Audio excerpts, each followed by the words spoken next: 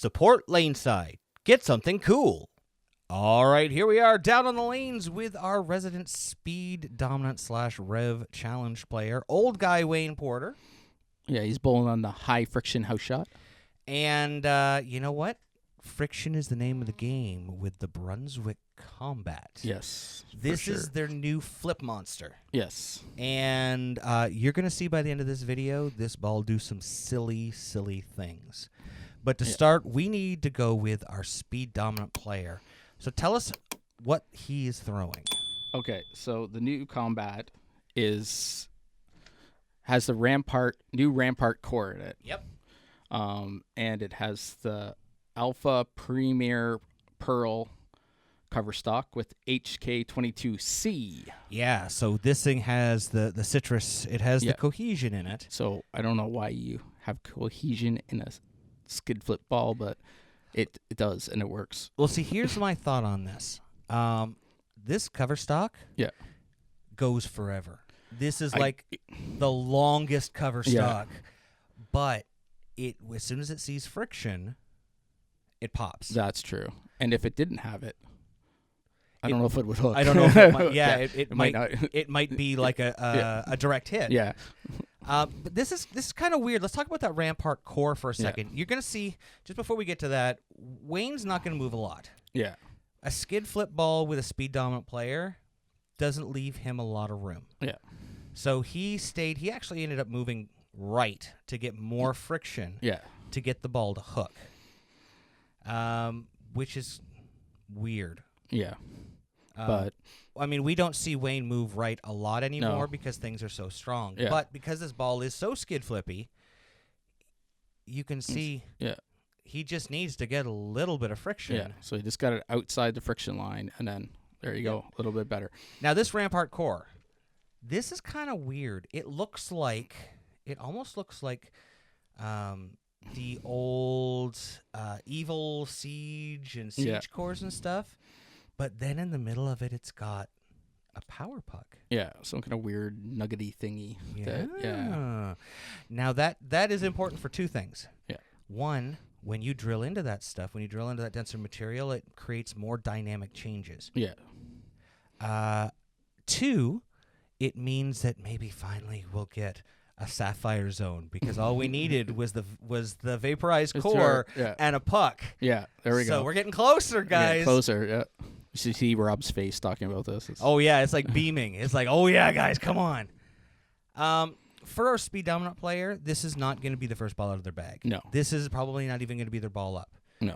Because it is so skid flip, they need the friction. Yeah.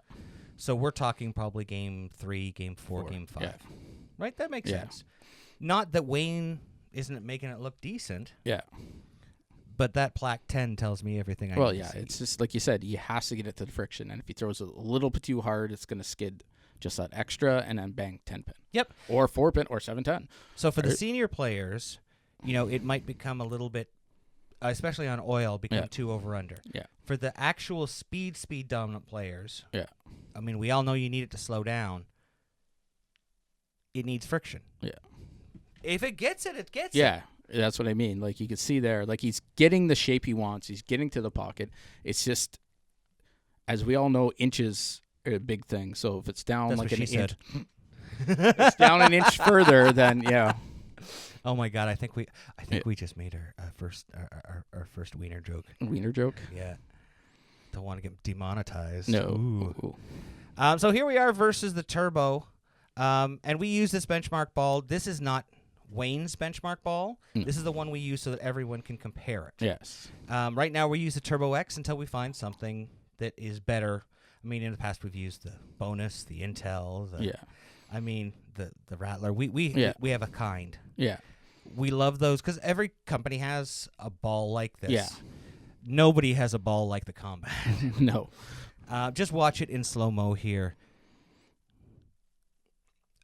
Even versus his benchmark, you can see it goes down, but it still has that angular motion. Yeah, it still makes the motion and gets there. Right? You don't see it as well until you put it up against something that's a little smoother. Yeah. Now, you can see it on the bottom here. You always love this angle. Yeah, you can see so much more to left to right. and where the ball goes off the deck. Yep.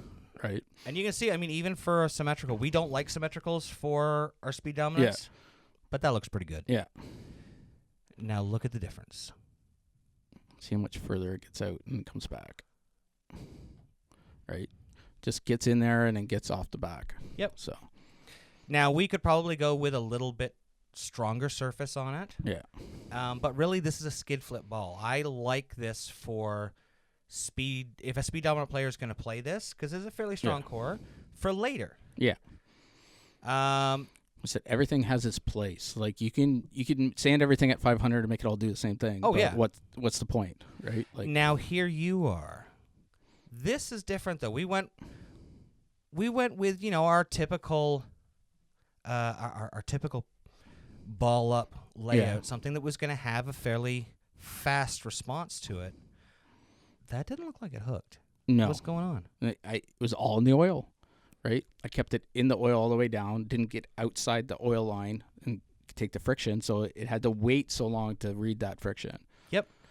So you were just saying every ball has its place? Yeah. Once again, I wouldn't be playing this first out of the bag when the oil's fresh. Game 3, Game 4, Game 5, maybe somewhere around there. Yep. Now we saw this pretty quickly. Yes. We moved you because we were like, that didn't look right. Yeah. So we moved you 3 left. Yeah. Got that one out. Got up to the friction. And we're like, looked okay. Yeah. Yeah. That's weird. Big difference. Yeah. Because it didn't hook the first time. So then we moved you right. Yeah. Let's see. All the friction. All the friction. All the friction. And this is something you can do when you're practicing, when you're warming up. You can, almost every house shot has friction outside of 5. Especially nowadays. Yeah, especially nowadays. You can get on top of it and see where you can strike from and how close to it and how far away. If you can throw it on the friction all the time, then you're just going to be walking in all night on everybody else's burn, and they'll be laughing at them. So. That's right.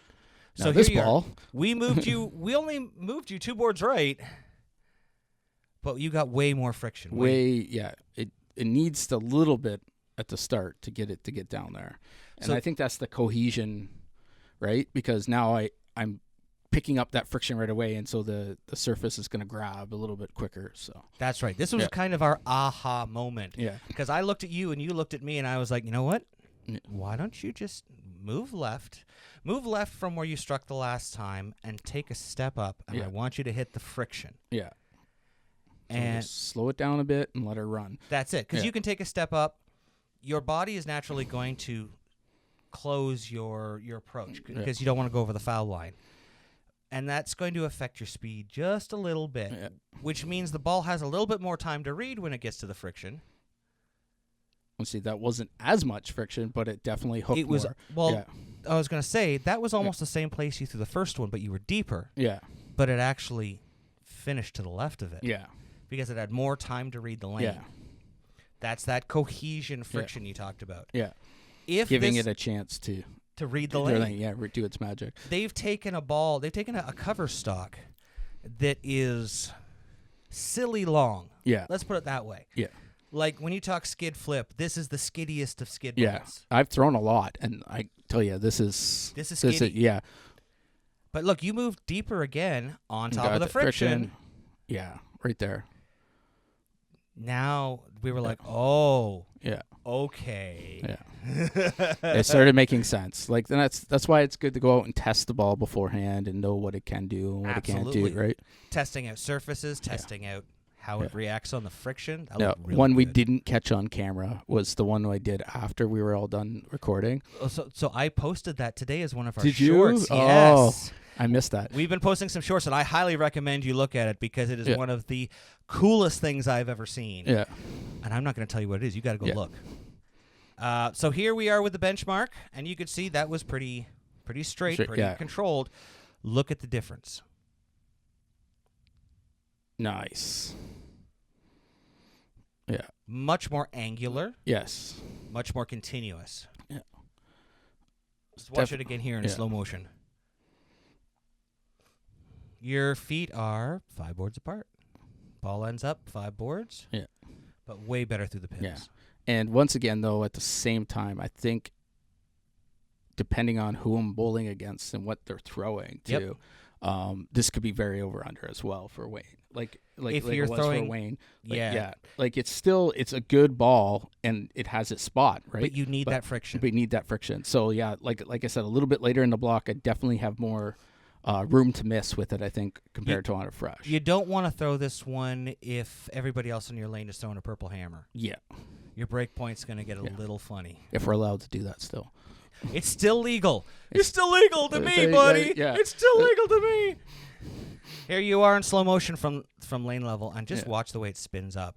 Like, it spun up really early, but then didn't jump. Yeah, it just got in there, and then right where I wanted it to exit. Yeah, once it's like spin up, spin up, spin up, high friction. Yeah. Speaking of high, it's me. High friction. High friction. So, after watching these guys throw it, I decided to go with a little bit. Look at my face. Yeah. Oh, crap. I went with a stronger layout. I mean, it doesn't seem like it's stronger because it's close to yours. Yeah. But for a two-hander who has lots of side rotation and not a lot of ball speed, 30 degrees of Val is a lot. Yeah. And I was not disappointed. So you could see that hooked a lot. That was Brooklyn. Yeah, that's from my benchmark spot. I got it to the friction and it hooked a lot. Yeah. So let's make a zone change. Let's get it into the pocket. I'm going to move 4 boards left. 4 boards. Is my zone change. And you can see here, like it's right on top of the friction. Oh, that was like 1 board. Tell me you used that one for your last strike. Oh, no. No. Yeah. I was like, that one was okay, but that 10-pin was a little late. Yeah, it's because you hit the 1 board.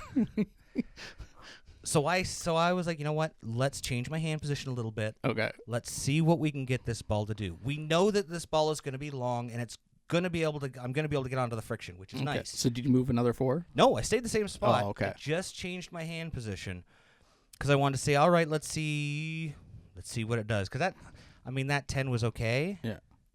But watch this. Whoa. Didn't get it out to the 1 board that time. That was me from 40 degrees to about 70 degrees. Yeah. And that was about 10 boards difference in hook. It's like, I want to get out. No, you don't. No, you don't get out of there. Yeah. This thing, I understand what they're going for. Yeah. They want a flip monster. Yeah. This is flippy. And it definitely has its place, and especially on different kind of patterns and stuff like that, especially for pro bowlers and stuff. So off of that shot, I moved another 5 boards. That was the 1 board. Oh my God! Oh my God! He missed it. No, that thing's gone. Yeah, you didn't miss it. It shouldn't have been there anyways. Shouldn't have been there. See, that was to that 1 board again, though. It's, I really liked the deeper I got with this ball. Yeah. Because I'm going to move another 5 boards, just to let you know I'm moving into 50. I liked that I could get around this ball, and it still goes sideways, but it's not not kicked sideways. Yeah, it's not like your typical when you come around the side a little too much and goes down and then goes boom off to the 7-pin, right? You see? Oh, wow. Yeah. Yeah. That's from 50. Yeah. I feel like that there's no amount of side rotation I can put on this that it will roll forward. Yeah. And, at 019, 051, those are the kind of numbers that you want when you don't want a ball to roll forward. You get something with a stronger core into like an 023, 025, 027. That ball's going to be so short at the break point, it's just going to kind of go and die. Yeah. And that thing never dies. No. You can see here with the benchmark, we know what shot I'm going to use. Come on. For me, because I could throw it to the friction, I got it a little bit earlier. Yeah. By about 3 feet. But it's also 15 boards stronger. Yeah. Well, and that's the thing is with your rev rate and your speed, like you said before, it's just so much easier to, like we saw when I slowed down how much easier it was for it to start making its motion, right? And for you, it's just. And I mean, you could see right on that shot there, the benchmark ball was on the inside of the hash marker, Yeah. and the other ball was on the one board. Yeah. So that's 15 boards. Yeah. You can see. And, like, this is a good shot. I really love yeah. my Turbo X. This has been a great ball. I was going to say all day. But watch the difference in this. If I know that I want to open up the lanes, look at that. Yeah. I could I would like to see this at maybe 3,000 or 4,000 to speed it up a little bit more. Just because I can take that surface off, it'll take off a little bit of that skid. Yeah. Get it, and it will smooth it a tiny bit, but it'll still stay really responsive. Yeah. So I'm thinking here for our speed dominant player, it's late block. For you, it's a maybe, and for me, it's a that's a big that's an in a bag. Yeah. Sound good? Yeah. All right.